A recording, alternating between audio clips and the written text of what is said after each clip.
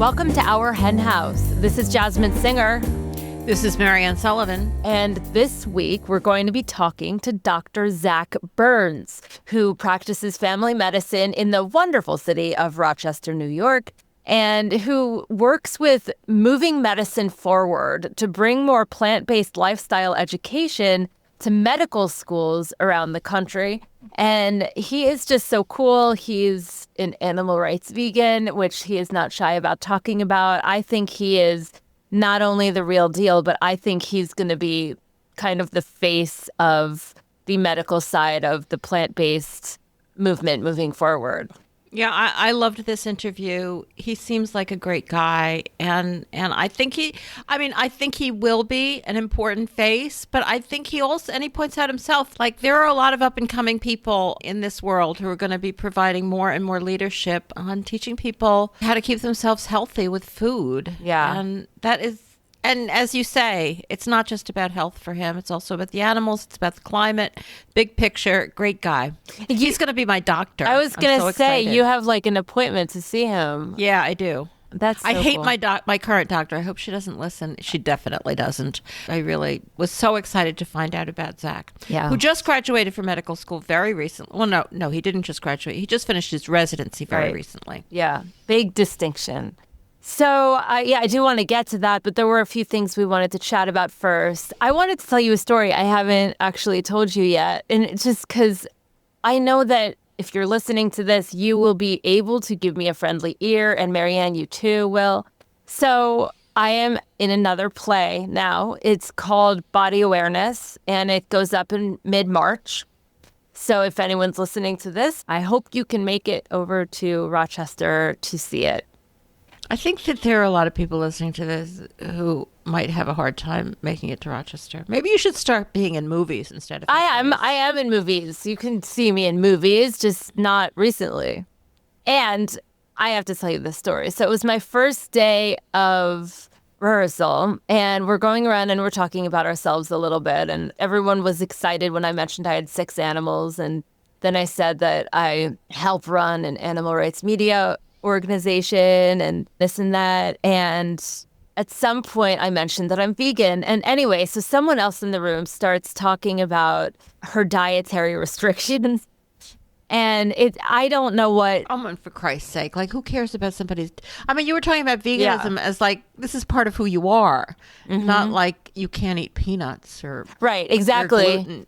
You're gluten sensitive. And she was like, I can't eat grains. I can't eat, tomatoes, garlic, and whatever. I can't eat soy. I can't eat. And she's going on. And so someone says, so what do you eat? Which I will say, on the plus side, I'm really glad I, as the vegan in the room, was not the recipient of the question, so what do you eat? However, I didn't really want to hear her answer. And I'm like, oh, great. Now I have to know.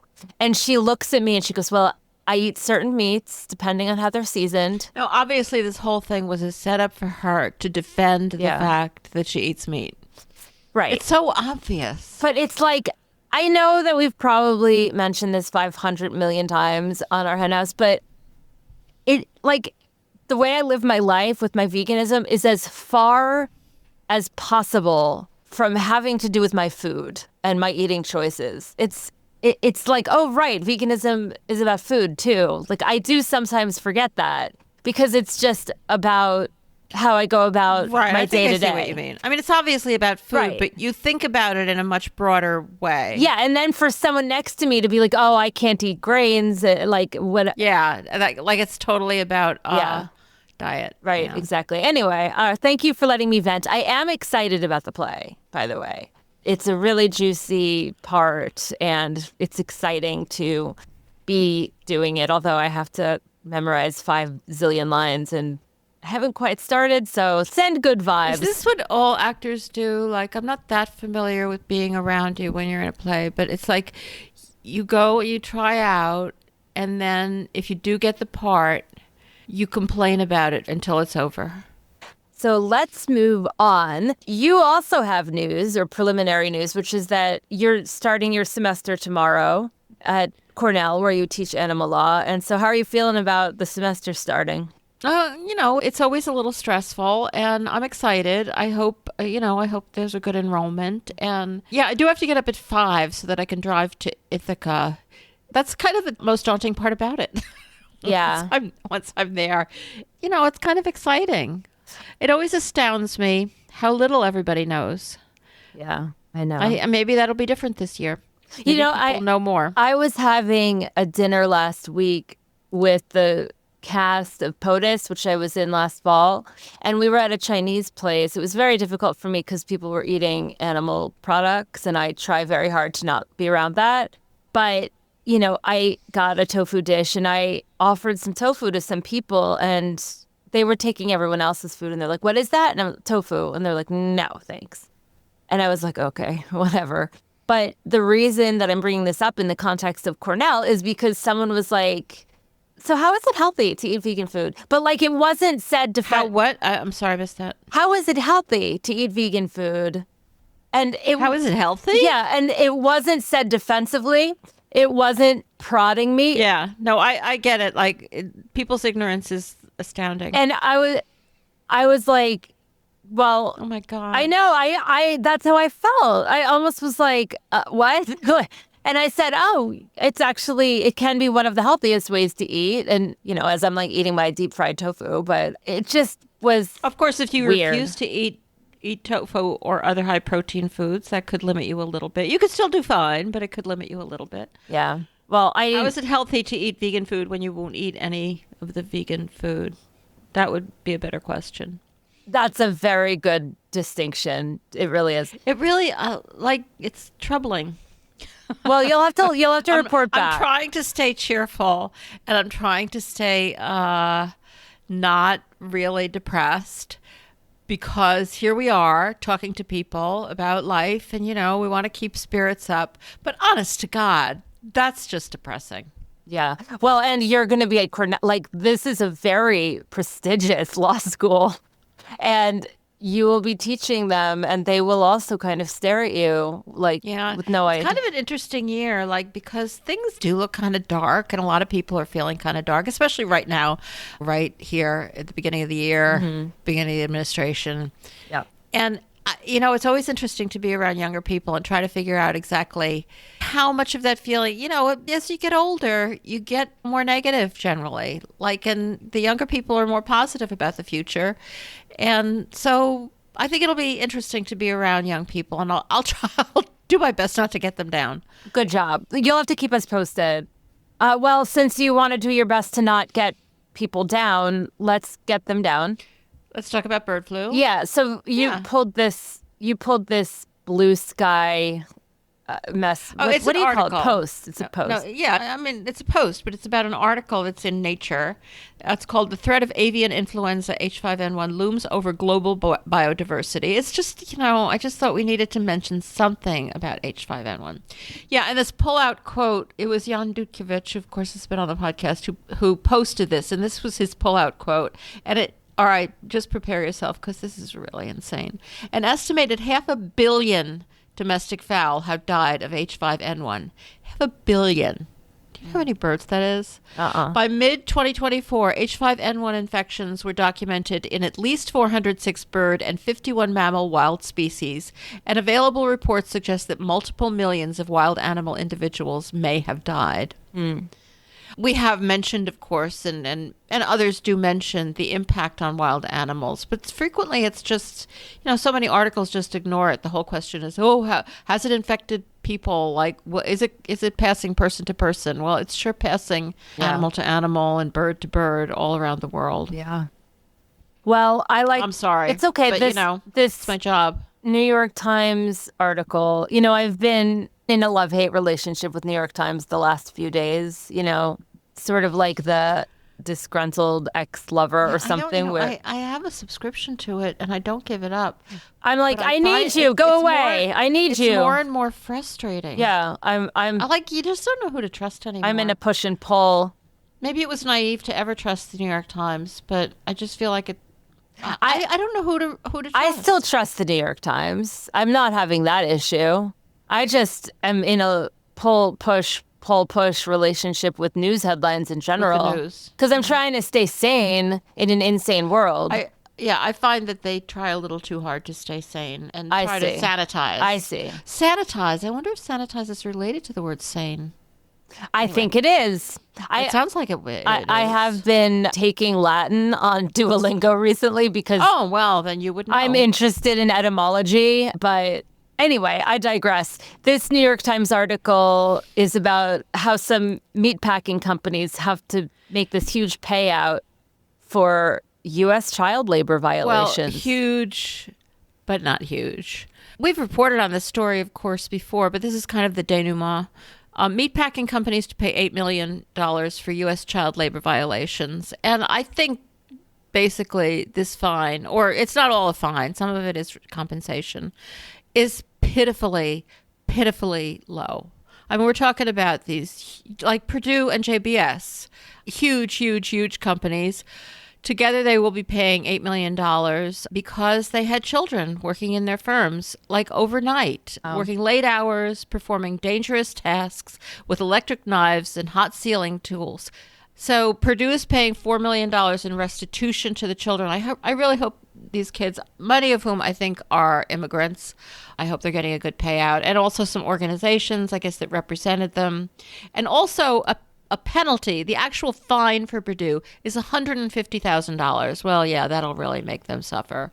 And JBS, which is the world's largest meat processor, is paying $4 million. The children that were found in their slaughterhouses were as young as 13, working overnight cleaning shifts. This is so disgusting. This is so unbelievably disgusting.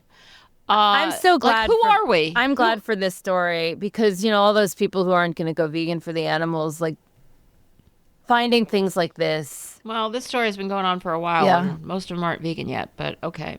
The final company that was fined was a sanitation company, speaking of sane. This is insane. And they were fined $400,000 for employing children to clean slaughterhouses in 8 states. These people are just disgusting. Well, that's not surprising, is it? You sound like you're not in a great place, even for you. And so I'm glad that you found this kind of advice about grief because I'm a little concerned about you, to be honest. And let's look at this climate-related. All right, this is just something I found on Blue Sky from Peter Kalmus, who's a climate scientist who I follow.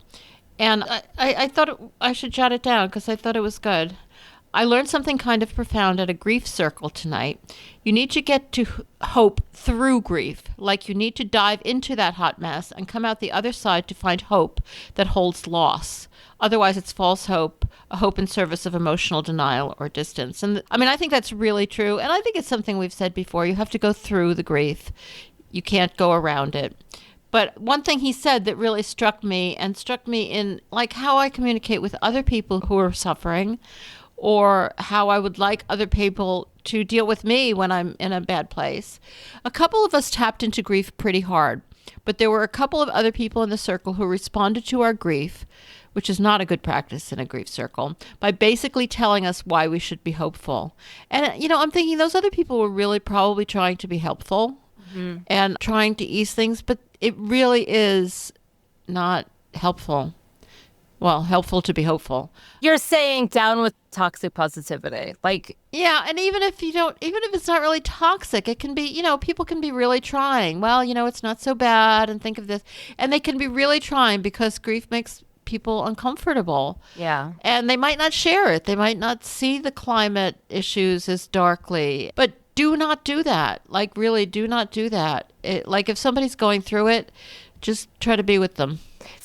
Agreed, 100%. The main thing that I've been telling people this week, this awful week for society, is, you're the normal one.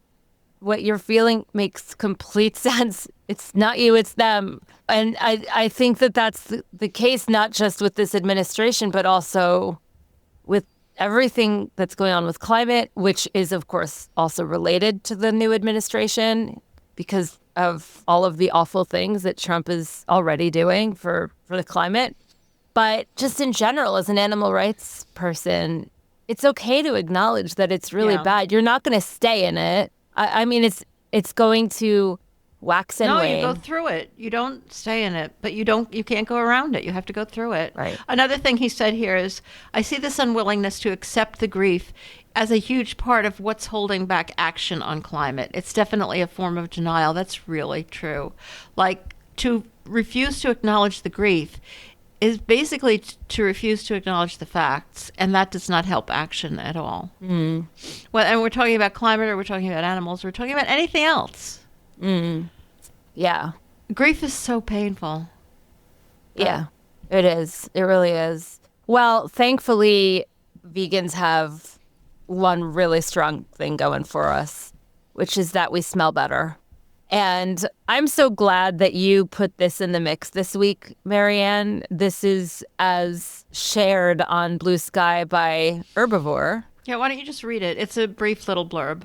Fresh, but it is from a real article in PubMed. Yeah.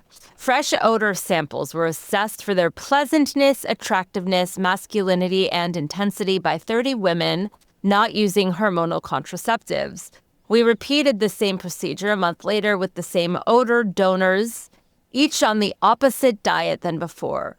Results of repeated measures, analysis of variance, showed that the odor of donors when on the non-meat diet was judged as significantly more attractive, more pleasant, and less intense. This suggests that red meat consumption has a negative impact on perceived body odor. And I mean, yeah, wow, that's... I think we should just leave that there. Let's just leave it. Like it's leave it there. That little factoid speaks for itself. So we smell better, we taste better, all of the things are better. All right. What about this rise for animals? We probably should have ended on the, vegan smell better bit, but I don't know. This is pretty good news. In order to understand this better, you might want to listen to episode 109 of the Animal Law podcast with Chris Carraway and Stefan Seitz. And there they talked about the situation at Ridgeland Farms as a beagle breeder, a horrific cruelty that went on there. And there was an undercover investigation by Wayne Shang and others, I think, and they got arrested and they got charged. And after years, because charges can be pending for a long time, and there's a lot of prep work that's done. On the edge of trial, the case was dismissed because Ridgeland didn't want to go through with it. They wanted to back out, and the prosecutor said, okay, then we'll back out too. And so what they did was that they went to the Wisconsin court, and there's a statute in Wisconsin that allows the court to appoint a special prosecutor when the regular prosecutor isn't really doing their job. And that would be really, really hard to get. This means, everybody pissing each other off over a bunch of animals. And I imagine it's a really hard row to hoe to go into court with one of these petitions. And yet they pulled it off. The court has ordered an investigation and a potential prosecution of Ridgeland Farms. So really, really turning the tables. They were the ones who were charged, and now it's the company that's being charged. And the Animal Law podcast doesn't tell this full story. This is just the latest update. It does tell the story of how these lawyers started to pursue this, and now what's happened is the court has come out with this decision. Of course, there'll be more to come as the investigation and the potential prosecution proceeds. But really, I think this is a great note to end on because it's really good news. It is indeed. There's some more good news, which is that there's soon going to be one of my favorite genres, a new book in the world of YA. And we wanted to make sure to mention this because this is part of a trilogy. The trilogy is the Earthlings trilogy. And this is by Ray Starr. You can find this on Amazon. We will link to it. The first and second of this trilogy are already out. The first one is called Earthlings. The second one is called Dominion. And the third one is called Land of Hope and Glory. And this is coming out in March. So you have time to read the first two before this comes out. And per usual, we're mentioning this because there are some really strong vegan and animal rights themes throughout this. And it is, did you mention, it's like dystopian fantasy, which, is a hugely popular genre, especially in YA. Yeah, absolutely. I'm so excited about it. We'll link to it. So before we get to our interview, I want to take a moment to give a very special shout out to two of our incredible barnyard benefactors, Sheila Ward and Ray Harry. And they've asked us to recognize their favorite vegan eatery. And honestly, how could we not? So if you're ever in Pensacola, Florida, which is Ray's hometown, be sure to check out the End of the Line Cafe. We hear that this is a hidden gem in a town not known for being vegan friendly, which is always lovely when there's that little gem. And this is that gem. This little spot is located right across from an old train station, hence the name, the End of the Line. And it serves a wide variety of vegan food, and it has a great reputation in the community. So thank you to Sheila and Ray for introducing us to this spot. And if you're curious about their menu, or if you're like me and you procrastinate what you're supposed to be doing by looking at online menus, go to eotlcafe.com. So End of the Line, eotlcafe.com. Sheila and Ray, you two are amazing. It's such an honor to have you as part of the Our Hen House community. And it's an honor to have our guest today. Can I just mention, Yeah. I mean, I think it's okay if I mention, but Vicky, who hails from that part of the country, regularly in driving home, drives out of her way to go to Pensacola to go to this restaurant. I love that. That is so fun. Vicky, our producer. Yeah. All right. Well, our guest today is probably also going to want to drive out of his way to go to End of the Line. Plant-based nutrition advocate, Dr. Zach Burns, who is a DO, and he'll talk about that as well. He practices medicine to improve the lives of human and non-human beings. He is an assistant professor of family medicine at the University of Rochester, as well as an associate director for Moving Medicine Forward, which is a nonprofit led by the pioneering plantrician Michael Clapper to cultivate a new generation of health professionals who have the nutritional literacy to tackle chronic disease. He will be joining us right after this. If you like what you're hearing, please consider taking a moment to leave us a friendly review. You can do that on Apple Podcasts or Spotify or Facebook, wherever you listen to podcasts, really, or wherever you're listening right now. Amazing reviews help our hen house to climb the rankings so that we end up in more people's ears, where we can join forces to elevate the voices of the animals and those who are working to change the world for them. So thank you so much for taking the time to leave us a friendly review.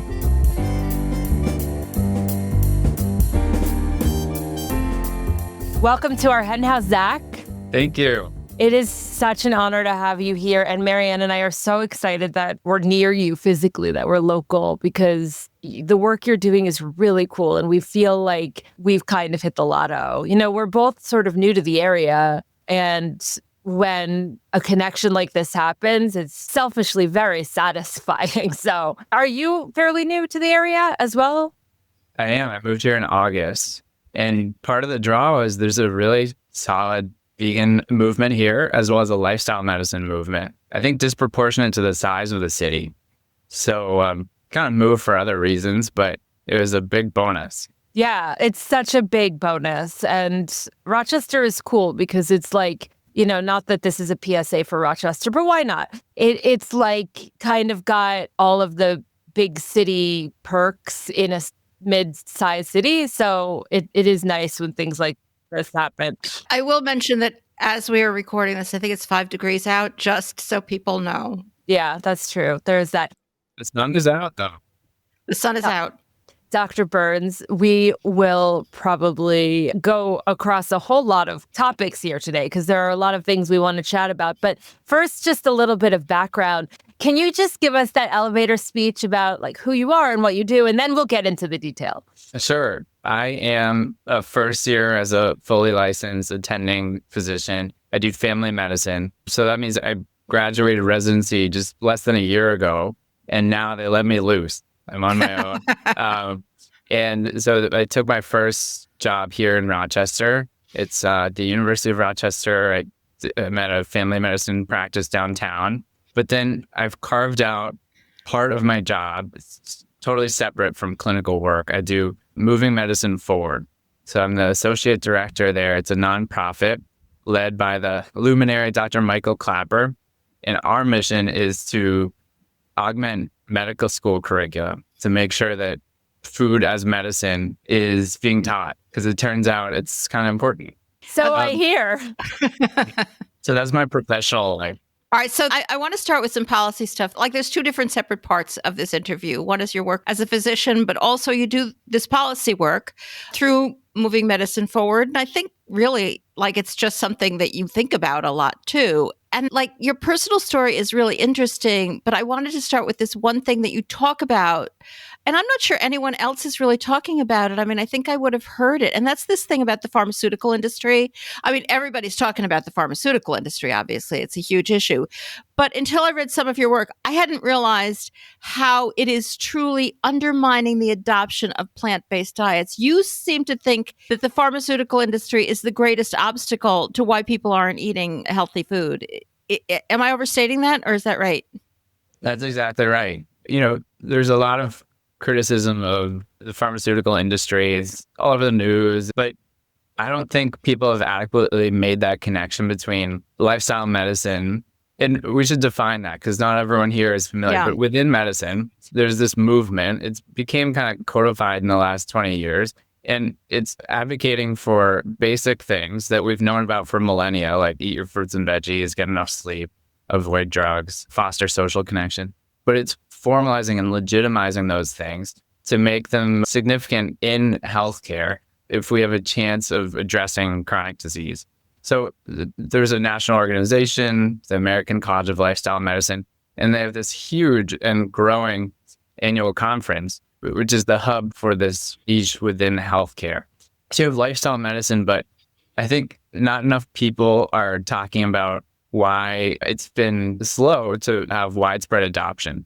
Given that it's common sense medicine, and given our horrific prevalence of chronic disease, which is largely preventable, the costs and human suffering and economic costs of our sort of sickscape or, our sick care system, right? You'd think that lifestyle medicine would have taken off. And so my view is that the pharmaceutical industry is the single biggest hurdle. So I gave a lecture on that at a conference recently, and I've been trying to bring that into our programming with moving medicine forward. Because I think that for learners, for med students and residents, plant-based nutrition and lifestyle medicine is actually more compelling once they realize that it actually would have been the default in your classes, on your board exams, in the clinic where you'll practice. It would have been normal already if it weren't for the pharma paradigm, which is kind of invisibly, it's our milieu. It's like a fish in water. You don't realize you're in water. Yeah, I mean, I had a doctor recently say to me that the only thing you learn in med school is about drugs. Like, that might have been an exaggeration, but she was frustrated by that situation. On the other side, like you're equating lifestyle medicine and plant-based nutrition. Are they always synonymous? I mean, there are a lot of theories out there about what's the best diet for your health. Is lifestyle medicine always embedded in plant-based as the way to go to improve your health? When you talk about lifestyle medicine, the connotation is that plant-based nutrition is one of the main pillars. Lifestyle medicine is more broad. So they're going to talk about sleep and social connection and all these different things. At Moving Medicine Forward, we're more focused on the nutrition pillar. Fortunately, the ACLM, that national organization that I mentioned, they have a plant-based orientation. So that's really important. They're following the massive literature we have on the role of plant-based diets to prevent and even reverse most of the medical conditions that we're seeing in an affluent society. So yes, it does kind of lifestyle medicine entails plant-based nutrition. Of course, you have other movements that are advocating different diets. Sometimes they overlap with a whole food plant-based diet, and sometimes they're completely divergent. So I know we were just talking about the pharmaceutical industry, and I just want to go back to that briefly because it's just such a big topic. And it certainly is right now. This sort of stranglehold that the pharmaceutical industry has on the practice of medicine in this country, just going back to that, is there any hope, do you think, of shifting that?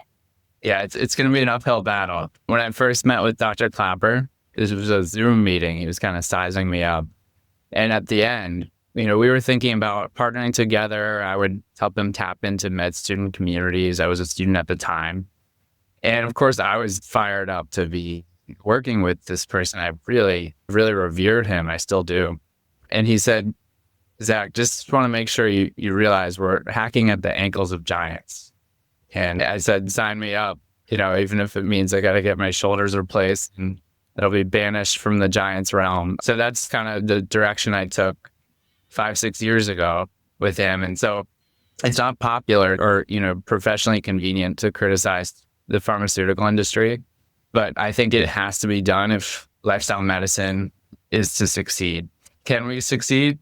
Yes, because it's the winning argument. It's on the right side of history, just like, vegan from the animal ethics standpoint. It's really an uphill battle, but it must succeed because it's true. That's what we're always saying here. Like, no matter what the issue is, we're losing on every front except we have one thing on our side. We're right. Yeah, exactly. And that's worth fighting for. Any progress in history, some people realize that it's true. This is worth fighting for. We're not going to give in because it's more convenient to just kind of acquiesce. But I could expound a little bit on the pharma issue if you'd like. Yeah, absolutely. I mean, I am just curious, especially in light of, the guy who was murdered. And to be clear, we're not condoning murder. I can't believe that we have to say that, but okay. But I would love to hear any further thoughts you have, because so many people clearly, it was so clear when this happened, hate the health industry, the health insurance industry, I should say, paging Dr. Freud. So tell us a little bit more about what your thoughts are here. Yeah, like how do we get? How is health insurance and the enormity of that and how completely screwed up it is in this country connected to this whole dominance of the pharmaceutical industry? Yeah, so, you're bringing up how convoluted this is. I remember sitting in some med school classes and I'm like realizing, I'm talking to myself, like, in addition to learning this physiology and these intricate pathways and all this stuff that I need for my exams, you're also telling me that I'm entering this healthcare industry with all of it's just such a thicket. But if you can, scrape your way out and find some visibility through it, some clarity, then you do it because it's really rewarding work. So, both individually on the patient level and on the population level, if you can make a little dent in some of the structural issues. You're referring to when the United Healthcare CEO was assassinated recently in New York. That's a big moment. There are a lot of erratic people with guns these days, apparently, and that's really terrifying. But there is some symbolism there. If it was kind of politically motivated, it sort of represents how desperate people are when it comes to healthcare and denial. So often, basically the business model for private insurance is to deny claims. So you want to see the doctor, you want new medicine, you want a surgical procedure. The insurance company, the payer, as we say in the industry, ideally they deny so they don't have to pay for it. Kind of makes sense. They just want to minimize their costs. The problem is it just limits access to healthcare. That's a whole conversation we could have about health insurance and access.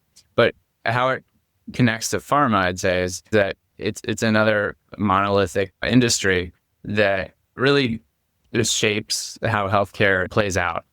And so with pharma, let me try to explain from the beginning, like how pharma came to dominate healthcare, because now it's more than ever.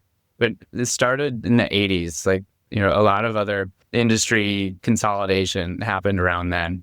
In the Reagan years, there was more pro-business, and so there's certain policies. What happened in the 80s is you started to have the privatization of scientific discovery. So even if the scientific studies happening at these universities were funded publicly, say by the NIH, there's a law passed in the early 80s where you could make a patent on the publicly funded discovery so that it could be sold privately.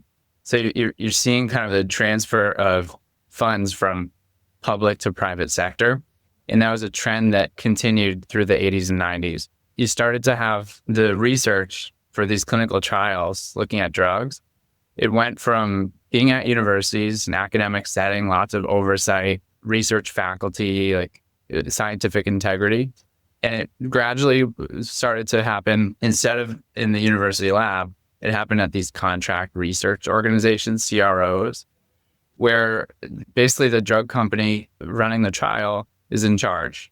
Not as much oversight, more convenient for them. Fast forward to the 2020s, and we have a situation where about 70% of clinical trials, and when I say that, I'm talking about drugs, right? They're experimenting, they're using a drug on people ultimately to see if they can get it approved by the FDA to sell.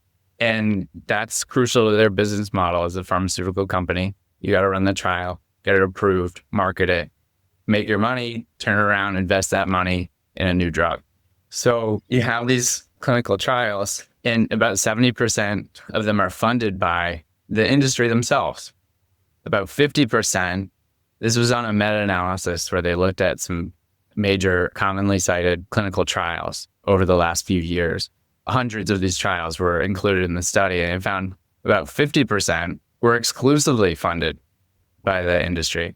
That means that it's a trial exploring the utility and safety of a drug funded by that drug's parent company, the manufacturer of the drug. So what could possibly go wrong here? Yeah, that's the question. There's this inherent conflict of interest. And for a number of reasons, mostly economic, we essentially don't care. We're largely uncritical of this situation. To hone in on that conflict, you have the idea for a drug. Okay, we're going to target type 2 diabetes using this receptor in the gut. Okay. The concept of the trial is conceived by the company. Then the funding is supplied by them. The design of the trial, because it's a science experiment. It's got to be very rigorous. Like you need, there's biostats, like it's a whole thing, as you know. So the design, who's going to conduct the trial, which involves hundreds or thousands of human beings and their healthcare, it's conducted largely by the industry. The data that comes out of the trial is interpreted and analyzed by the drug company. Then the write-up is written by them and their what they call their editorial assistant. So if you look at these trials, sometimes it'll say editorial assistance provided by, the parent company. Okay, so then we're at the stage of the write-up, the analysis of that trial. Then it goes to the FDA, say it's approved because they've demonstrated a minimal level of efficacy and safety of that drug. So now the company is ready to aggressively market it from all angles. That involves bringing it to some of the prominent medical agencies, like the ones representing cardiology or diabetes or anything, nephrology. And at that point, it gains a lot of legitimacy, all right? And it's published in the prestigious medical journals. And then the doctors, I've seen this firsthand in residency. People go nuts. Or it's like we're like at a Taylor Swift concert. We're going, there's a new drug. There's a new drug. We can prescribe it for diabetes. People are viscerally fired up about this. They're raving about the new trial. You earn points if you've read it, and you can cite it for your attending when you're on rounds in the hospital. And then we start prescribing it. Now we're getting where the rubber hits the road, right? This is when the patient comes in and you test them and their A1C levels, I can't believe I even know that word, A1C levels are all off, and the doctor has to decide what to do. And this is where they turn to the drug instead of saying, try these lifestyle interventions. Is that how this all connects? Exactly. That's how it becomes, technically the first line for a lot of these metabolic or lifestyle diseases, like diabetes. Technically, it's lifestyle, but it's more like paying lip service to lifestyle. And what effectively happens is, yes, the effective first line becomes starting a medication. And that's all because the medications have gone through the process I just mentioned and been aggressively marketed, not only to patients on TV. That alone is inappropriate in my view. We're one of 2 countries in the world where it's legal to advertise drugs on TV. Well, and they advertise nothing else. Like nothing. All of the ads that I've been seeing are about pharmaceuticals. Well, mostly about GLP-1s. I think that the algorithms are really funny, though, because just before this interview, I was downstairs and my wife had on the news or something, but it was like Hulu live TV. So the ads are specifically chosen for you. And we got like older dude who needed Viagra. And we're like, yeah, we're middle-aged lesbians. You've got us all wrong. But anyway, I totally digress. Continue. Yeah, it's almost, sometimes I feel this like immense relief when they get the algorithm wrong. Yeah, me 'Cause too. it's like, Yeah. or maybe that's intentional. Yeah. But then when they do ask you like what thing you like, it's always good to answer incorrectly. I keep seeing the cutest shoes advertised in front of me for like Skechers. So I click on it and I realize it's shoes for toddlers. Like apparently my style choices skew young. And now I keep getting ads for toddler related things. Again, I digress. Go ahead. Getting back to the topic at hand, I think that you have really demonstrated how the pharmaceutical industry, and I assume the health insurance industry is connected to this, because I do find that like there are things they'll pay for and things they won't pay for. And this is just personal experience. And they always seem to be willing to pay for drugs. I don't know, like if you're covered, there does seem to be some kind of connection there. But I also want to point out before we leave this, that I don't think you're saying that nobody should ever take pharmaceuticals. That was my mother's stance. But there's like there have been miracles, right? I mean, like there's some diseases that really have been addressed. So how do people negotiate this world? Yeah, it's a really important point. I'm not suggesting that we boycott any drug company or their products, because in some cases with some drugs, it's the best option. And there have been transformative drugs created by this industry. So that's why it's a little confusing. And I think that's why the medical community is pretty sympathetic to the industry, because once in a while we come out with antibiotics or HIV drugs or vaccines, and they can be transformative. It's just that most of the drugs coming out in the last couple of decades are not transformative. That's like a word I've seen stats that only about 1 out of 10 new drugs are actually worthwhile, right? The other ones are basically a business enterprise. And so one distinction, all right, you ask, how does a patient know, like, is this drug real? Is it effective? Or is it just one of these things they're trying to sell us? I think generally when it comes to chronic disease, that's when you know the drug might be more of a marketing scheme. Of course, for some people, if say their diabetes or their heart disease is not under control, a medication can be the lesser evil, of course, because it's dangerous to be in that physiologic state over time. So you can reduce your risk by being on some of these drugs, but I think it should always be in conjunction with a broader plan for lifestyle changes. And also, I think doctors need to be taught how to really analyze the literature for conflicts of interest and really understand the risk profile of these medications so we can adequately discuss that with the patient. Patient deserves to know all the side effects. I think my suspicion is that these days when a doctor prescribes a GLP-1 like Ozempic, we are not sufficiently discussing the things that could go wrong. Because it could be that it makes sense to start one for a patient, but they really should know like what can go wrong so they can make an informed choice about whether they want to go that route. I promised I wasn't going to make this interview about me, but now I'm going to tell my own story about, like, recently I went to a doctor because I have a arthritic knee, and he wanted to prescribe pain reliever. And I said, I have high blood pressure, or I keep it under control, but I'm prone to high blood pressure. And he said, fine. And he said, okay, I'm going to prescribe this medication, some kind of painkiller. And I go home and I look it up, and the first side effect is high blood pressure. Like I actually told him this was a problem. Yeah. And he still just ignored it. And I mean, knee pain is really annoying, but high blood pressure actually kills you. I had the same thing happen, but on the opposite end, which is my blood pressure runs low.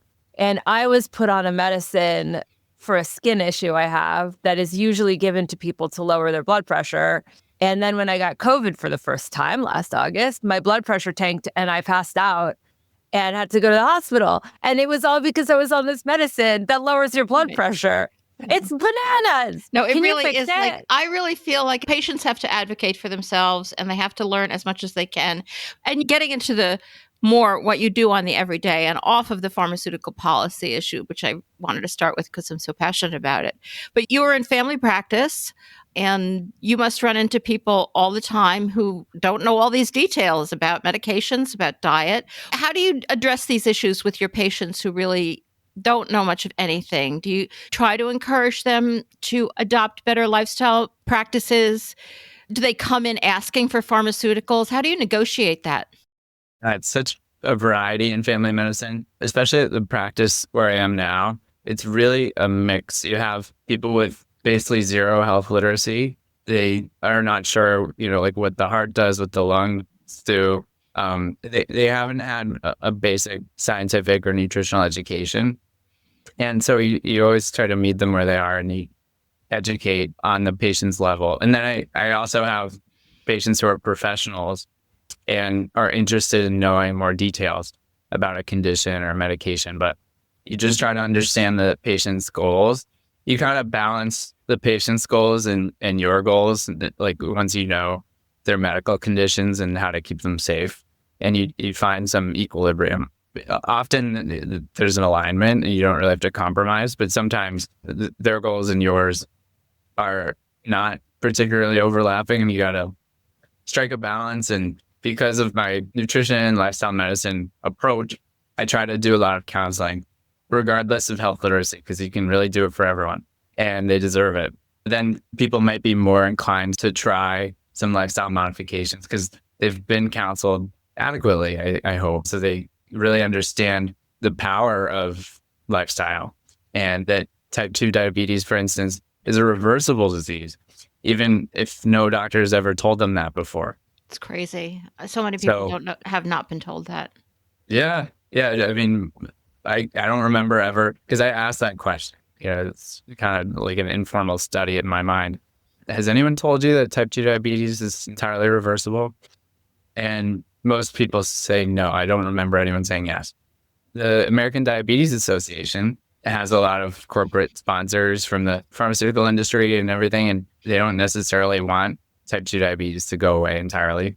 Even they have published remission criteria where it's basically the reversal of type 2 diabetes. So I just try to make sure that some myths and some things that people tend to be ignorant about because of the way that health and healthcare is conceived these days, I make sure that people have some baseline truth. And so it's a lot of education, and then they make a decision and you kind of try to get them better. Family medicine I was drawn to it because you can make a difference for people over time. You get to know them, you earn their trust, and then you can really make some changes. Like I have tons of respect for docs who do acute care, trauma surgeons, and it's amazing what they do. And I never could do that. But yeah, we have a friend who does that in the ER, and she's just like, her personality totally matches that. She's just like, hi, okay, like there's just this intensity all the time. It's like, of course you work in the ER doing emergency surgery. Of course you do. It totally goes with that. Anyway, go ahead. Sorry. Yeah. No, those colleagues of mine are just incredible. But for me, the gratification comes from knowing someone over time and making incremental changes for like a sustainable, like making their life better over time instead of another piece of, if I could, sorry, I interrupted you, but another piece of that really is kind of how often you're sent to specialists for everything nowadays, and they only seem to know this one part of the body. So are your dogs and cats, just so that we're clear. The amount of specialists that my ethical zoo in my house employs, like, the heart doctor for that dog, the, specialty dentist for little dogs, I mean, I understand how it's happened, but do you think there is a danger that maybe not a danger, but a special important role for the kind of work you do to bring it all together? Because sometimes your primary care physician just seems to send you to other people and they don't necessarily know the whole picture. Though if you do tell them you have high blood pressure, they should know, but I digress. That's another reason that I pursue primary care. I think it's really important to have like a holistic care front lines. People come in. I want to be able to address 90+% of everything, every condition that comes in, right? And you got to know when to refer for safety and to consult your specialist colleagues. But most things can be addressed in the primary care setting. And yes, in this culture of referring for everything and the hyper specialization, it can feel really disjointed, right? Yeah. So Yeah. people are waiting for months or years to see a specialist. And then the specialist really is looking at that organ system because they, say they're 20, 30 years into practice. They haven't thought about any other organ system since medical school or residency. They're really focused, and sometimes you can miss things. Dr. Clapper talks about the blind man and the elephant. This feels like a tail, that feels like ears. And sometimes you can overlook the big picture of someone's health. And these days, the big picture is usually what people are putting in their mouths 3 times a day. That's the big picture and the linchpin where if you can change that, you can likely improve or even resolve entirely like all of the issues on your quote problem list. And you can taper or even stop most of your medications when you make significant lifestyle changes. And people don't always talk about that. So my goal is to make sure people know it's an option. So getting to people understanding it's an option, and not just your patients, but other people, that's one of the things that you really worked on in medical school and how you got involved with Dr. Clapper. And can you just go back a little bit and tell us about your work in medical school? Because we've all heard how med students still, after all these years that we've been talking about it, get 5.5 minutes of nutrition education. That might be a slight exaggeration, but not much. So tell us what you were trying to accomplish when you were in med school. Sure. Well, it started in the anatomy lab where you have that like milestone in med school where you dissect a cadaver, a dead person. And it's really jarring and scary and it smells like formaldehyde. Everyone's nervous and you have a really intense anatomy professor over your shoulder. And you're in these teams of 5 or so people who are assigned to a different specimen. And mine was a 93-year-old person. But I was helping out on a different specimen, a 70-something-year-old who died of a stroke, okay? And I was dissecting the carotid arteries, the ones in the neck that often get clogged with atherosclerotic plaque, often basically animal fat. And so I was on one side of the body and my friend Mark was on the other side. We were just getting to know each other as kind of first semester. And we're teasing apart this plaque and the conversation kind of morphed from, the anatomy to nutrition and healthcare and everything. And we looked at each other over this body and we're like, are you vegan? And, we gave each other a gloved fist bump and there were like particles of debris that rained down and everything. And that started our friendship and our club together. We established a group in med school called Plant-Based Healthcare. That was the platform through which we did lots of advocacy and education on campus and where we hosted Dr. Clapper. I think it was March 2019, which started our relationship. What was the reaction of other students? Were people hostile to it? Were people excited or shocked? People were generally supportive and receptive, I'd say. Let's say I was an eager student group leader. Not every student group has this much of a mission behind it. Some student groups kind of serve as a credential, and when someone's going to apply to a subspecialty and they want to have been in the X club. But for me and Mark as well, this was a labor of love and part of a bigger thing. It wasn't just plant-based nutrition. It was also for the animals, for the climate, all these things that are integral to human health. And even if they weren't, they'd be worthwhile. And so, I probably could have done a little better in med school. I don't know. I did fine in med school, but I was really engrossed in this student group and I would, stay late and explore whatever we learned in class that day. I'd make the nutritional connection and look at the literature and write a synopsis and put it in our group so my classmates could start to think about this stuff. And if there was any professor who seemed a little sympathetic to lifestyle or nutrition, I'd meet with him or her and really forge an alliance. I was always out trying to solicit donations for our events. And so we were a very robust student group. We had stuff really going on. And when Dr. Clapper came, we had about 400 people from the school, the faculty, and the greater community. So that's a little taste of the student group. And how did that develop into your current role with moving medicine forward? Like, connect some of those dots for us. Sure. Well, Dr. Clapper, I just knew him from some of the documentaries like Cowspiracy, and I idolized the guy. That, I was starting to become familiar with some of these pioneers in the plant-based nutrition movement. For whatever reason, Dr. Clapper resonated with me. His style, where he has that resolve.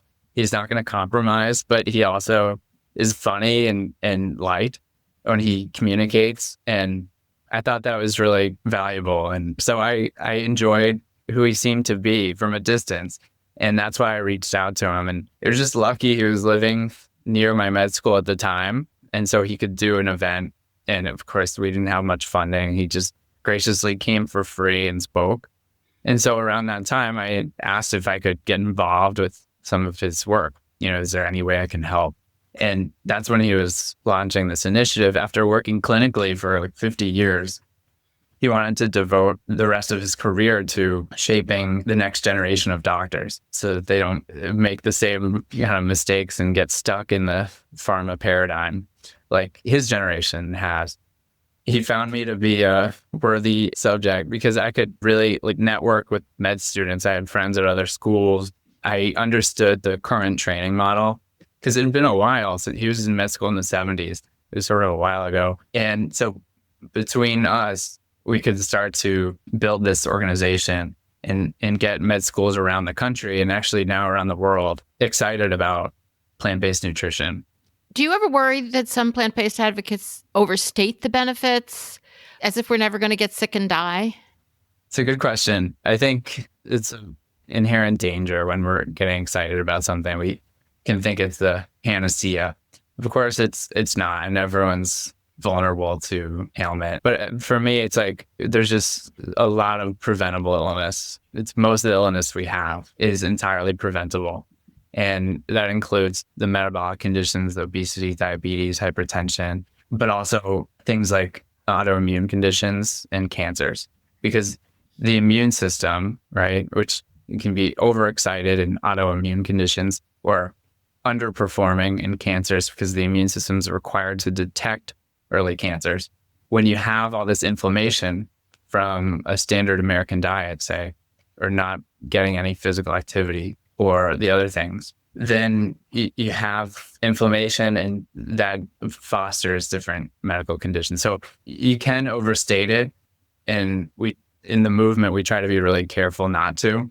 But right now, the culture is to massively understate its utility.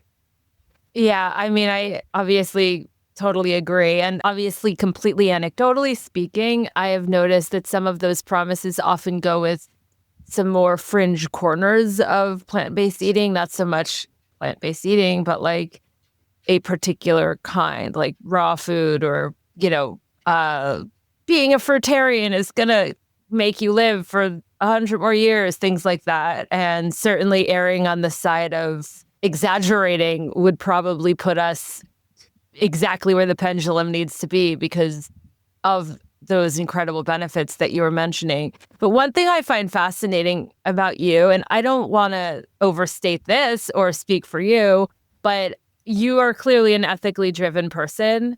And I'm curious how that sort of interacts with the work that you do.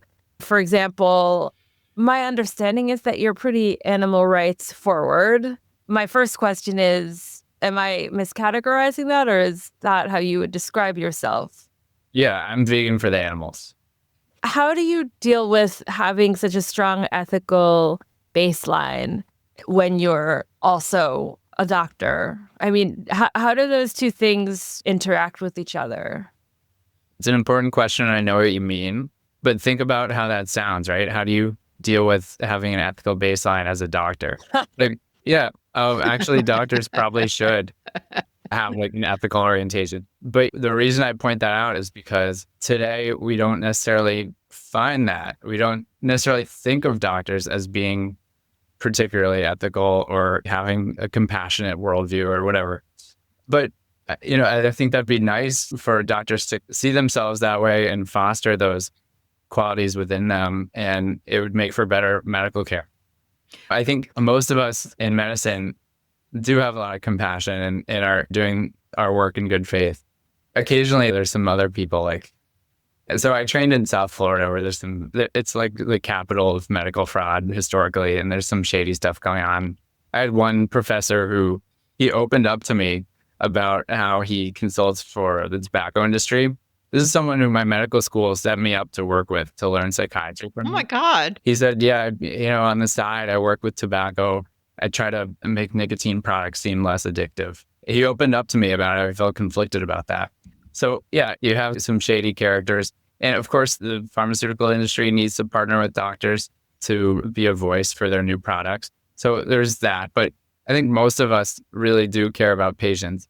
For me, there's not a fundamental difference between the patient in front of me and the environment that they live in and the animals that they share it with. It's like, some people call it one health. It's just, we have these artificial boundaries between different entities. My view is that any doctor who makes that oath, right, to do no harm, well, a thoughtful physician can extend the boundaries of the subjects of harm. It doesn't just have to be the patient in front of you, but, what does it mean if you do no harm to your patient, then you go and abuse your partner, or something that doesn't sound like a consistent ethic. So you need to strive to do no harm broadly in your life. And I think that certainly would apply to the 80 billion land animals killed every year. Also, just so that we're clear, I agree that everyone has a point of view. And as a journalist, I deal with that all the time. People thinking that my sort of veganism and my animal rights ethos is something that I need to overcome in order to be a responsible journalist, not recognizing that everyone has a perspective, whether it's a popular one like eating meat or a more fringe one like not eating meat. Right, like not eating meat. We are all coming from our perspective. So it is sad that had to even be a question, but I just have a quick follow-up. My wife works in human research protection, managing, an IRB at a major university.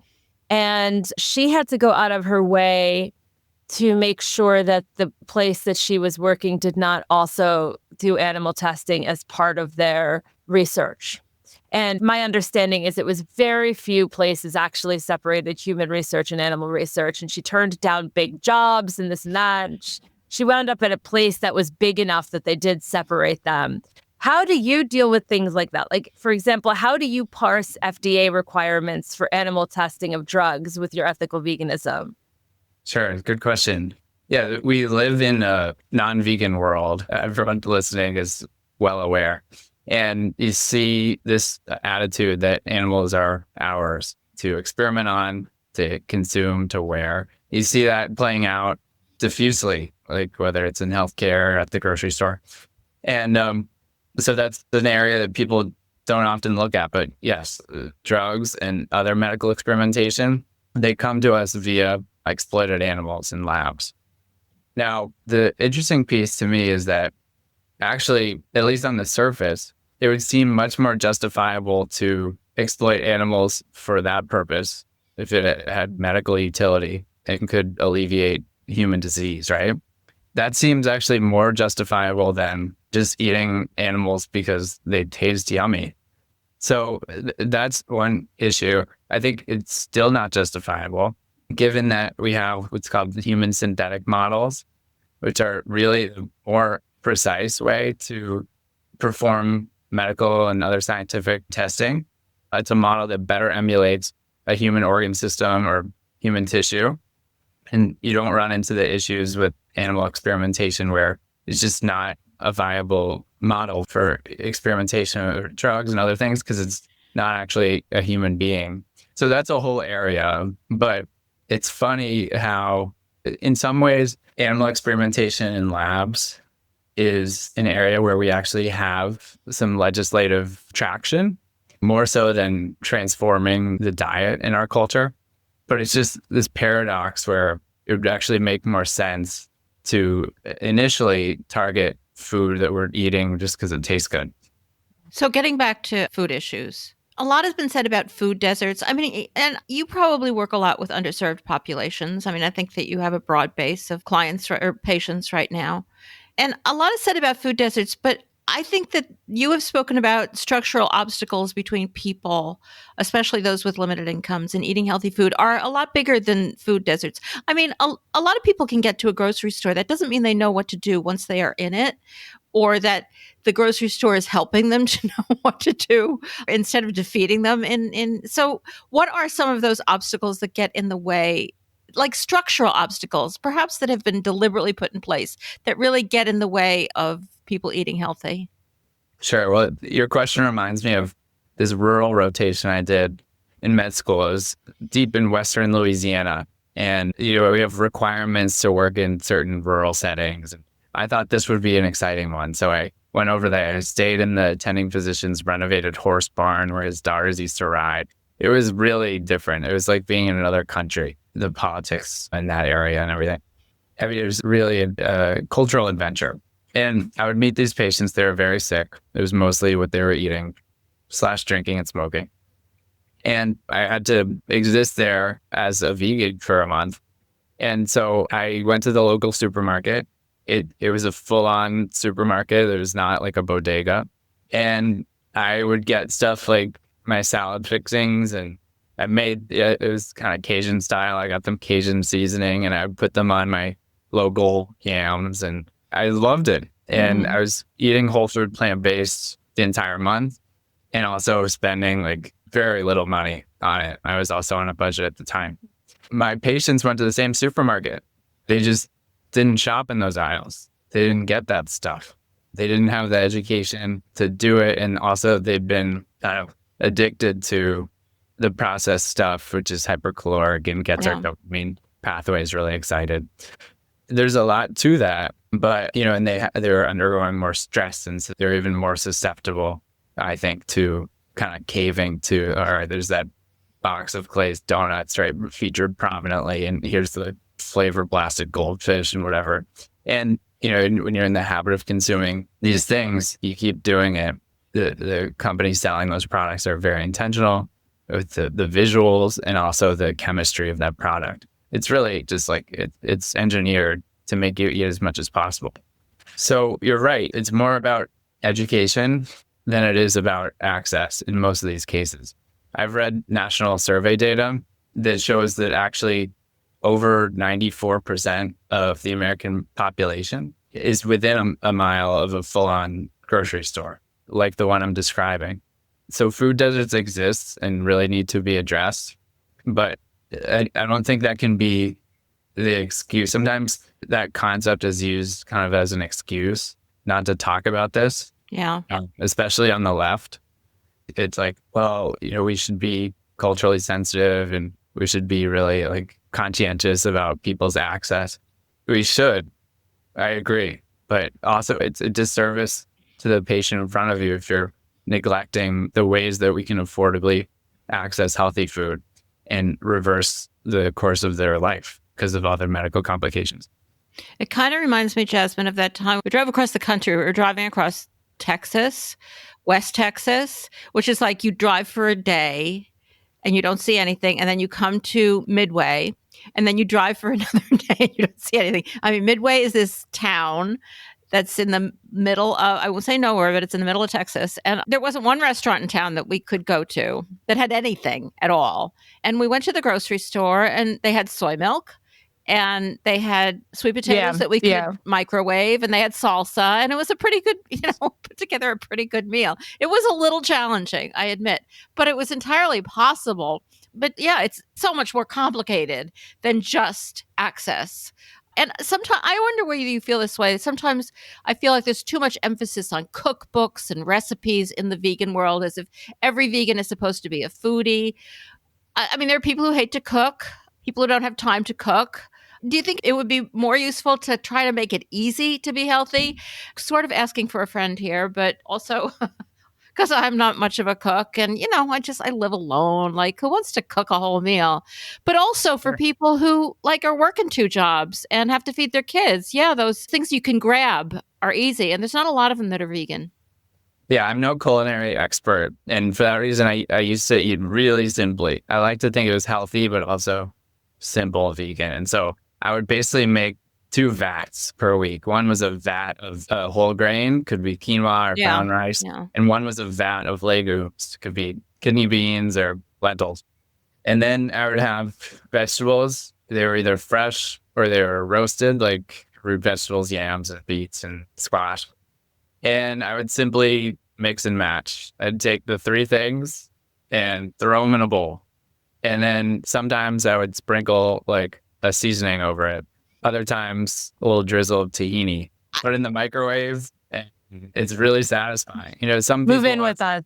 Yeah, seriously. That's how I eat. I mean, I'm not as organized as you about, making them, but that's pretty much what I do. Every time I Yeah. make grains, I make enough for, a while.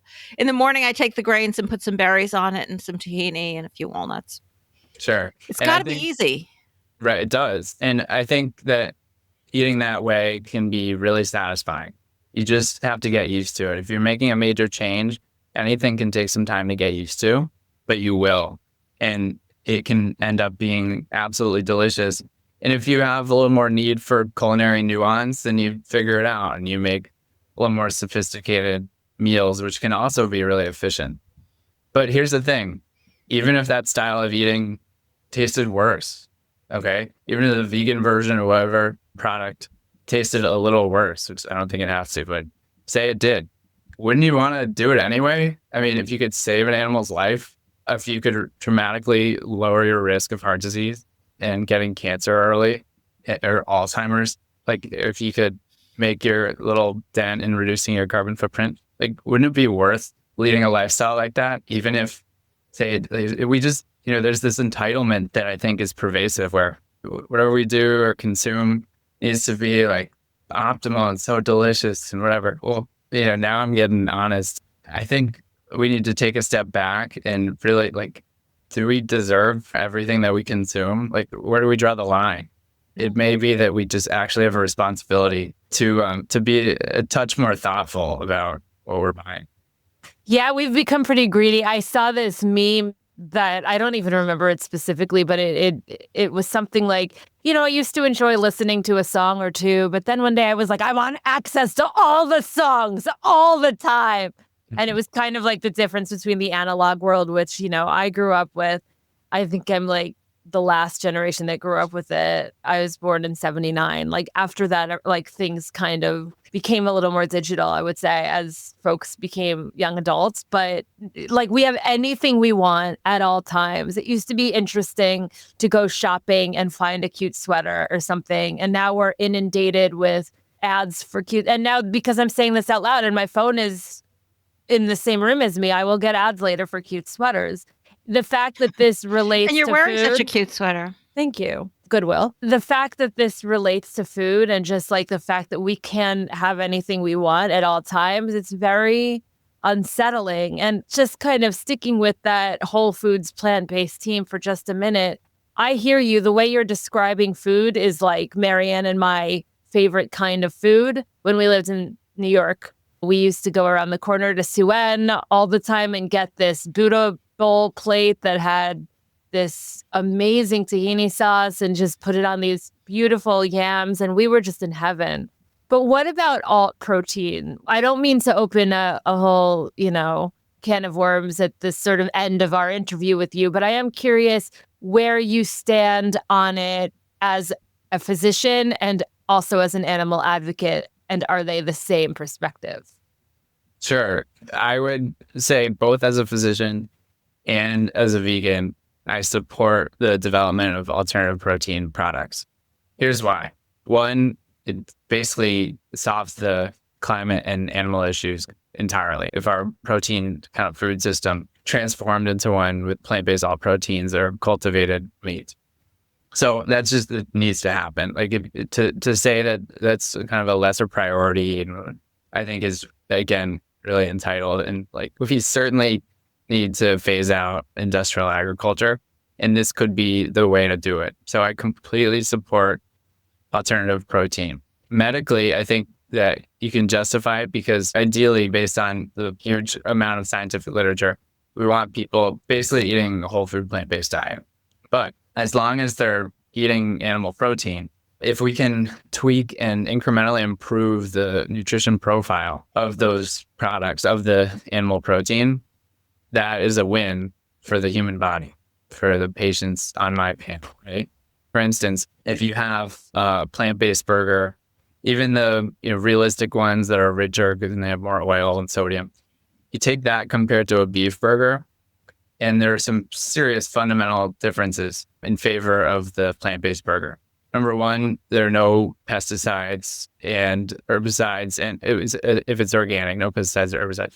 Either way, there's no antibiotics and hormones, okay, in the plant-based option. There are certain compounds in animal protein, especially when you cook it, that you eliminate with the plant-based variety. And those compounds are the ones that have been linked to different things like cancer and heart disease.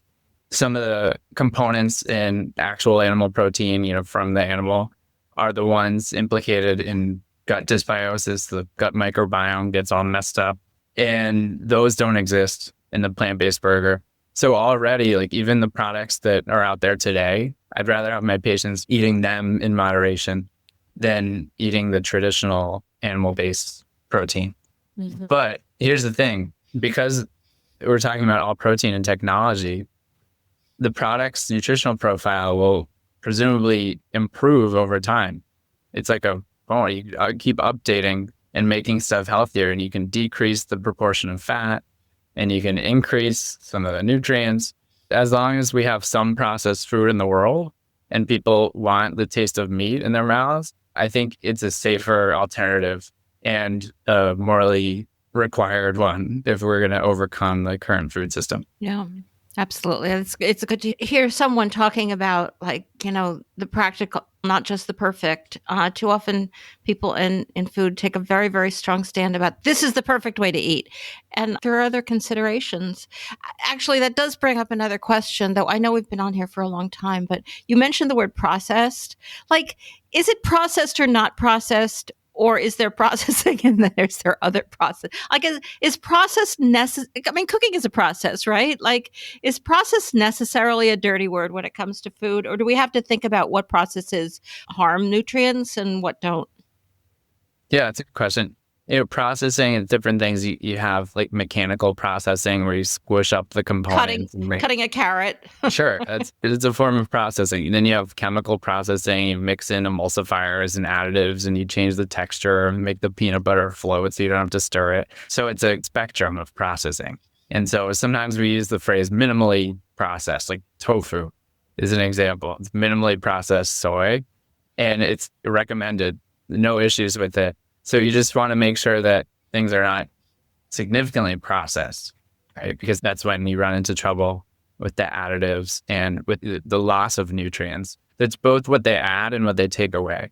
Right. So for instance, like with, white flour products, baked goods and Wonder Bread and these things, you're stripping away the nutrients because you've taken that wheat and you take away the fiber and some of the phytonutrients and the water. And you make this white flour and you sculpt it into a fluffy, squishy bread. And bread is one of my weaknesses, by the way. Oh my God, we're like the same people. Like Jasmine will attest to it, particularly toast. Even the sound of that word is so lovely. Oh my God. Yeah, and we can get it at some point. There's some healthy toasts.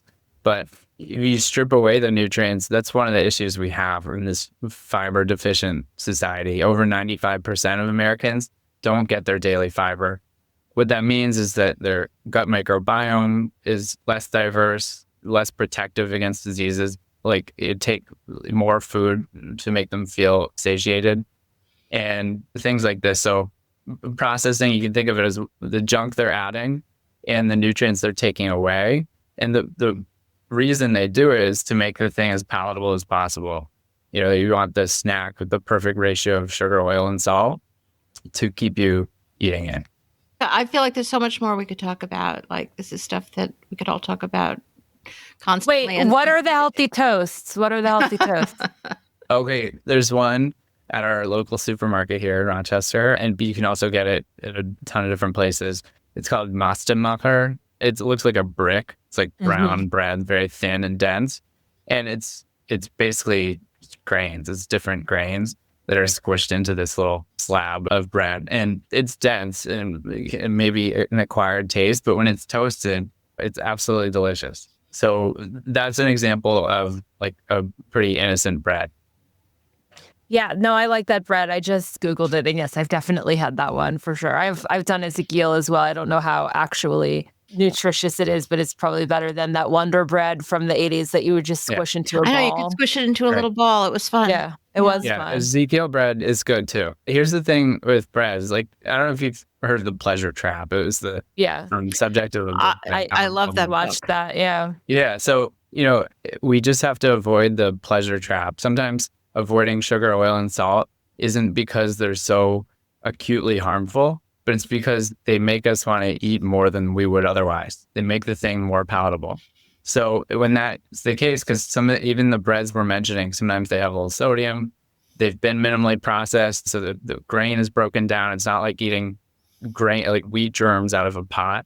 And so when we make the thing more delicious, we're going to tend to overeat. And that's a trap that some of us, really all of us, should actively avoid. Yeah, totally. Wow. Marianne, what do we do? How do we end this? I don't know how to end it. I think we just tell everybody, like, we have to end it because it's gotten really long, but we're going to talk about more stuff on bonus. And actually, I think I should mention that I had decided this before this interview, but Zach, I'm going to see Zach as my doctor. I hope he does a good job. My life is now in his hands. And I can't wait because there's so much we need to talk about. You mentioned salt. Well, we shouldn't talk about salt on the podcast because that's vegan, and the podcast isn't just for me. But I do want to talk about a little bit more about some of your favorite foods and what you eat and maybe a little bit more policy stuff. So shall we call it a day? Well, and then how can people follow your work online before we do that? How can they support you? Oh, yeah. And I do want to mention, you have your website, and I'm sure you'll mention it, but you have some writings on there. I find them fascinating. I think you must be just a person who loves to write, and some of them are quite beautiful. Thank you. Yeah, I have a website, www.herbivorous.life. And you can find my writing, which is longer form, vegan themes, some encounters with patients. You might dig those essays. Then there's the blog section, shorter articles on more scientific kind of topics on the blog. The last one was about how septic tanks can be distinguished based on what the household is eating. Like the content. That was a little gross for me, I admit. So, hold your nose. But there's that one. And there's just a whole blog of more medical and scientific info related to plant-based nutrition. So check out herbivores.life if you'd like. Yeah, we'll put a link to that in the show notes. Thank you so much for sticking on with us for so long, Zach. We really appreciate you. And it's nice also to hear you with all of the nuances and the very firm animal rights ethos that we all share. And I just am excited about connecting in person here in Rochester. And even though you're not my doctor, the night's still young. But I really appreciate all that you're doing for animals and for people. Thank you for sticking on with us today. I really enjoyed it. Thank you for having me.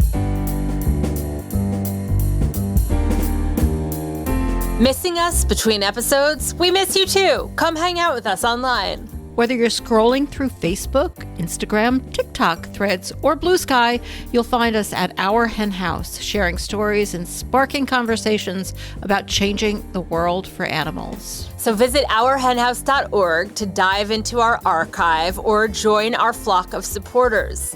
And hey, got an idea for the show? Shoot us an email at info@ourhenhouse.org. We're all ears.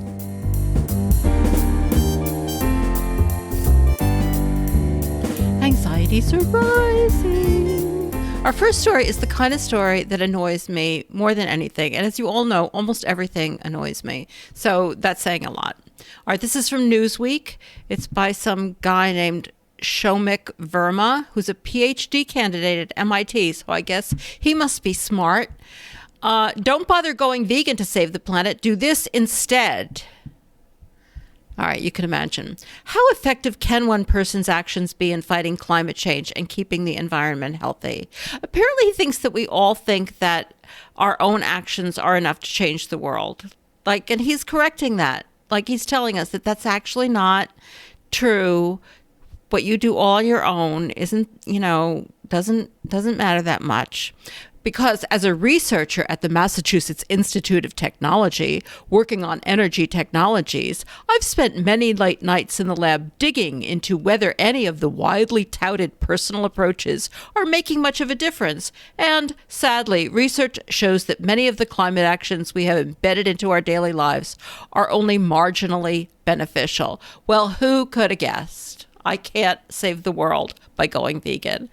That seems to be the point he's trying to make. And he's letting us know that systemic problems like a dirty power grid or pollution from manufacturing or simple inconvenience can reduce the impact of individual actions. Well, imagine that. Then he goes into recycling, how one individual recycling is basically ineffective. And even a lot of people recycling is basically ineffective. This is what they want to think so that they don't have to do anything. I guess that they don't have to feel bad about doing anything that's irresponsible. But like the whole point is the synergy between individual action and systemic action, and how if we are betraying our very principles in our own actions, like how can we actually either motivate ourselves or motivate anybody else to make changes? And the most important point, I think, is that they're not mutually exclusive. He acts like they're mutually exclusive. Like if everybody's going vegan, then they're obviously not pursuing systemic change. We could go vegan, but plant-based foods can still have a large environmental impact. Yeah, no shit. And then he points to rice production, which of course is one of the most environmentally problematic foods.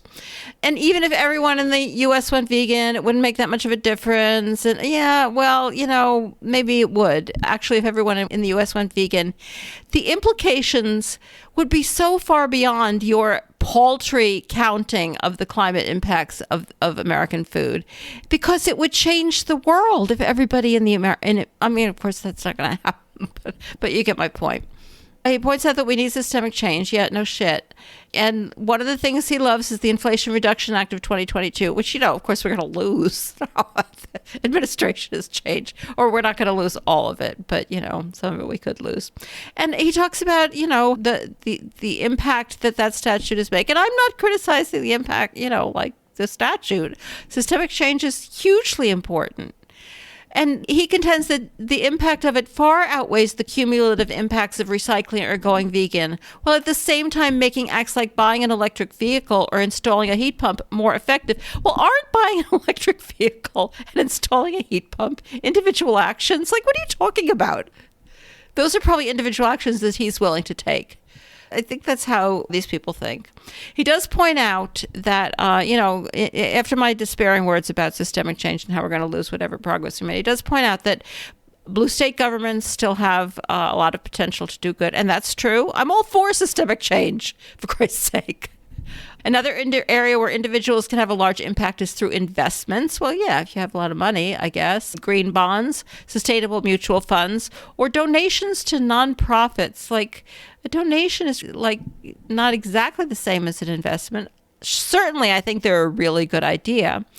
But he points out, fortunately, these investments have high yields. He's basically just throwing the donations to nonprofits in there for effect. I don't know, because he's really talking about... And absolutely, people should be investing, and even small investments. And you were talking about individuals, and if they did it, the fact is if individual investors were doing it all on their own and not as part of a movement, it would have no effect, just like going vegan.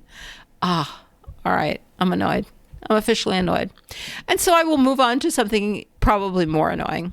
Nebraska is the latest state. This is from Vegconomist. Nebraska moves to ban cultivated meat, calling it, quote, unproven and, quote, adulterated. Adulterated is their big word. They're trying to classify it as an adulterated food. There are actually 3 new bills in Nebraska, and they're all supported by the governor, whose name is Jim Pillen. And they're all aimed at bolstering traditional agriculture in the state, which is exactly the sort of thing they're really not supposed to say. They're not supposed to say that they're promoting Nebraska agriculture because, that can be unconstitutional.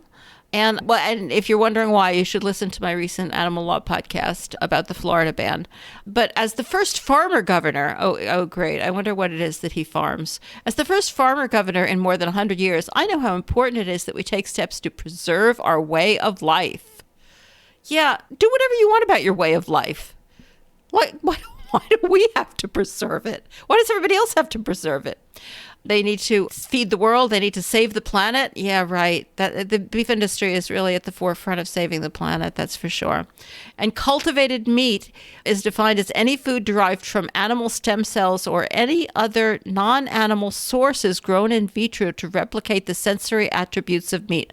What the fuck that means, I have no idea. Until or unless there are clear labeling rules, this is one of the senators, until or unless there are clear labeling rules that adequately disclose that cultured meat is not real meat, its sale allows lab meats to unfairly benefit from industry investments in marketing and production. Like what? Well, then introduce a labeling law. Like, what are you talking about? Like, these people stupid. Well, yeah, they are. It's important we get on the offense so that Nebraska farmers and ranchers are not undermined. Yeah, that would kind of make it unconstitutional, guys. Oh, don't you feel sorry for all of the animal lawyers and the people who went to law school and the people who devoted themselves to representing animals in court that they have to go in and sue people about this shit? Oh God, I'm using so much profanity today. Should I apologize? I don't know. All right, finally.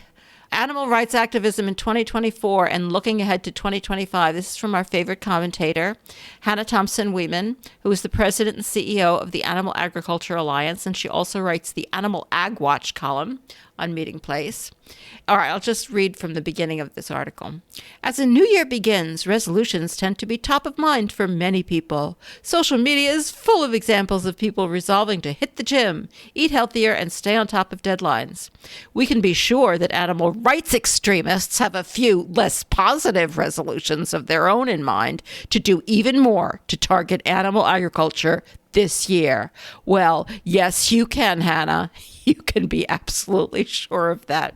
All right, some major themes that she has detected going on in our world, in the world of animal activism. Positioning large companies such as processor and integrators, like we're basically talking about slaughterhouses, restaurant and retail as villains that benefit from the current food system at the expense of farmers and ranchers. Really?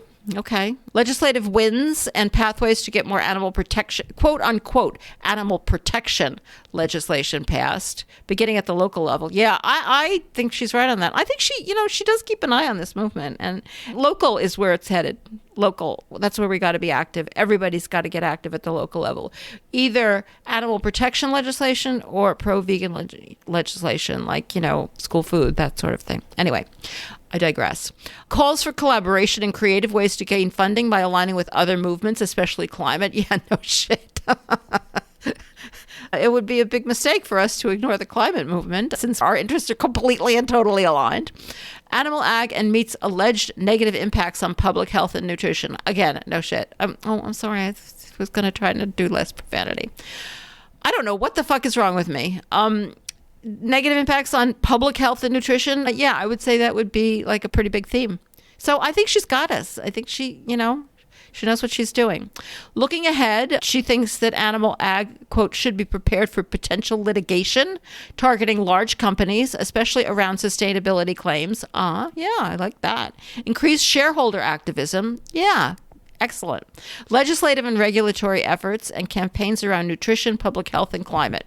Well, yeah, we got a lot to do, and she's pretty much on target, and she knows what we got to do, and unfortunately, it's huge, but we're right. So we got that on our side. The shareholder proposals and the local legislation, particularly ballot initiatives, she points out that so far we have had dismal success. There was the one ballot initiative against factory farming that won in Berkeley, but Berkeley is a city and it's Berkeley, but got that foot in the door. A lot of why the ballot initiatives and the shareholder resolutions were so unsuccessful, I don't know, but it's a start. And like I said, at least we're right. Climate-focused proposals, particularly in the shareholder resolution, she points out, have seen actually a lot of success. And she expects there to be more of those. So that's good. And then she talks about protests, and she talks about Free From Harm, a grassroots animal organization. Animal rights groups like Free From Harm were particularly active in 2024 with industry event protests as they continued to call for a slaughter-free plant-based food system. But the fact that she's even writing about that, I think, is an enormously important sign that sort of grassroots activism and that sort of work is effective.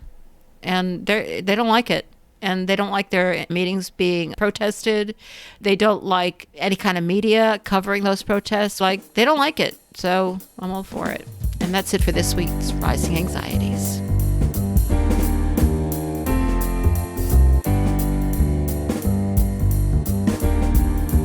Thanks for joining us for another episode of Changing the World for Animals here at Our Hen House.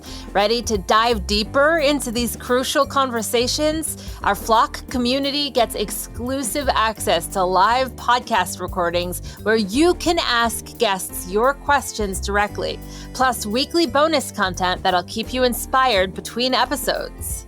Our membership tiers are as fun as they are impactful. From our Chick Click to our Barnyard benefactors, there's a perfect perch for everyone, starting at just $10 a month or $100 a year. And yes, it's all tax deductible. Fly over to ourhenhouse.org/support to join the flock. Missing us between episodes? Follow us at Our Hen House on Instagram, Facebook, Threads, TikTok, and Blue Sky for daily doses of inspiration. And hey, those 5-star reviews and ratings, they actually really help us. And they help other advocates to find us. So please spread the love. Thank you in advance. To our current supporters, you keep these conversations going. And we're so grateful. Thanks to our incredible team. That's me. Thanks to Marianne. Jasmine Singer, my brilliant co-host. Vicky Beechler, our producer extraordinaire. Michael Harron, our composer. Jen Riley for her amazing support. And Veronica Kolinska for our eye-catching graphics. Don't forget to subscribe wherever you get your podcasts so that you don't miss next week's episodes. Subscribe to the Animal Law Podcast too. And thank you so much for your compassion and your dedication to animals. See you next week.